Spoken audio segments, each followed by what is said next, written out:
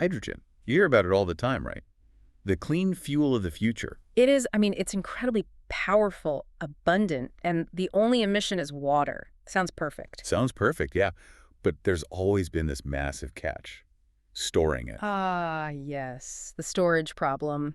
It's the big hurdle that's really held back the whole hydrogen economy. Because your options are pretty rough, aren't they? Either you compress it like crazy in heavy tanks. Right, high pressure. Or you make it liquid, which means cooling it down to temperatures colder than, well, outer space. Neither sounds great for my future hydrogen car.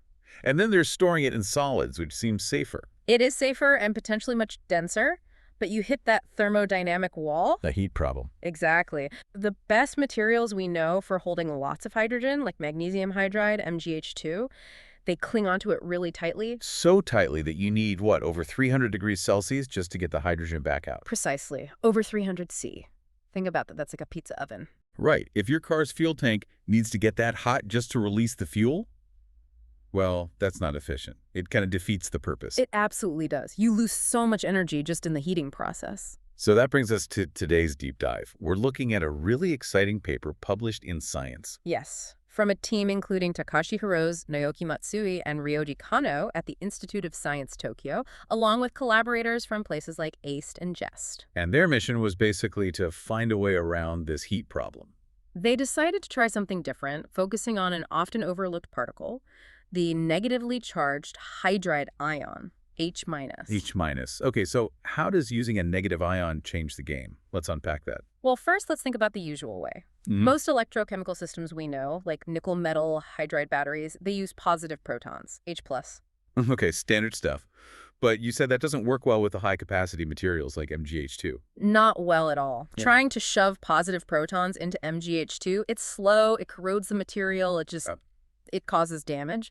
It's not a clean process. Like forcing the wrong key into a lock. That's a good analogy. So the idea of using the negative H- ion isn't brand new. It was actually proposed back in the 80s. Oh, really? So why didn't it take off then? Same old problem, actually. The materials they had back then to conduct H- also needed a really high temperatures, often over 300 degrees Celsius, so it didn't solve the core issue. Okay, so the ion itself might be better, but you needed the right pathway for it. What's so good about H- theoretically?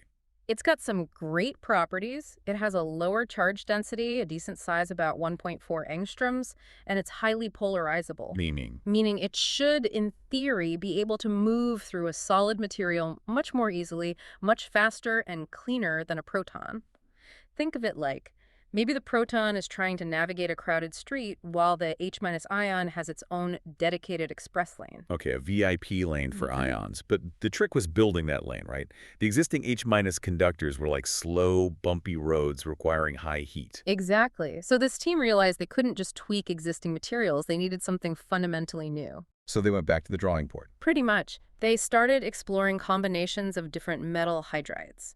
Barium hydride, calcium hydride, sodium hydride, systematically mapping out compositions. Sounds like a lot of careful chemistry. Oh, definitely. But it paid off. They landed on a specific composition, Be 0.5 Cas Aero 0.35, AA 0.15 H 1.85. That's a mouthful. Let's call the barium calcium hydride, maybe. Good idea. This barium calcium hydride is the breakthrough material, and the key is its structure. What's special about the structure? It forms something called an anti-alpha AGI type structure. It's a body-centered cubic framework, or BCC. BCC, I've heard that term. Why is that structure good for moving ions? Well, this specific BCC structure is known in materials called superionic conductors. Think of it like a 3D lattice, almost like a jungle gym, but with lots of interconnected tunnels and pathways. Ah, so it's not just one straight path, but a whole network. Exactly. It provides these dense, three-dimensional conduction pathways. It allows the H- ions to hop easily between different sites within the structure. It's like building an ion superhighway. A superhighway designed specifically for H-. Okay, so they built the highway. How did they prove the ions were actually using it at low temperatures? The conductivity measurements were the proof. They found this material had remarkably high ionic conductivity, peaking at 4.8 nights 10 Siemens per centimeter at just 50 degrees Celsius. 50 degrees C. That's barely warm water temperature. That's already impressive. It is. But here's the really crucial part. They needed to ensure it was only the H- ions moving, not electrons sneaking through. Right, because if electrons leak through, the whole system short circuits, basically. Precisely. So they did what's called DC polarization measurements, and they found the electronic conductivity, the unwanted leakage, was incredibly low, only 1.3 10 aerial Siemens per centimeter. Wait, let me get that. 10 to the minus 5 for ions, 10 to the minus 9 for electrons. That's 4 orders of magnitude difference. You got it. 4 orders of magnitude lower. So the material is essentially an insulator for electrons, but a superhighway for hydride ions. That's the perfect way to put it. It's a pure hydride-ion conductor. This purity is vital because it means the system is stable, efficient, and won't cause those damaging side reactions with the storage material. And it has a good electrochemical stability window too, right? Making it compatible with those high-capacity materials. Yes, stable from negative 0.13 to 0.53 volts versus a standard reference, which covers the operating range for many promising hydrides. Okay, so they have the perfect electrolyte, the superhighway. Now for the ultimate test, pairing it with the big prize. Magnesium hydride, MgH2. Still the champion for theoretical capacity, around 2037 milliampere hours per gram. But historically locked behind that 300-degree C temperature wall? The very same. So, moment of truth, they build a cell. MgH2 is the storage electrode. Their new barium calcium hydride is the electrolyte. What happened? This is the wow factor. They achieved a reversible capacity of 2030 milliampere hours per gram. 2030. That's basically the theoretical maximum. It's incredibly close. They unlocked almost the full potential of MgH2. It wasn't just storing a little hydrogen, it was storing almost all it could possibly hold. Okay, that's amazing capacity. Yeah. But the temperature, did they still need the pizza oven? This is the kicker. They achieved that full, stable, reversible capacity operating at just 90 degrees Celsius. 90 degrees. 90 degrees Celsius. Wow. Okay, let's just pause on that. We went from needing over 300 degrees C, serious industrial heat, down to 90 C. Mm-hmm. That's below the boiling point of water. It is. It's a temperature you could potentially get from waste heat from an engine, or maybe even solar thermal. It's a manageable, practical temperature. This feels like it changes everything. That 300-degree barrier wasn't just an inconvenience. It was the fundamental reason solid-state hydrogen storage wasn't really practical for many things. It really was the showstopper. And overcoming it while getting near theoretical capacity.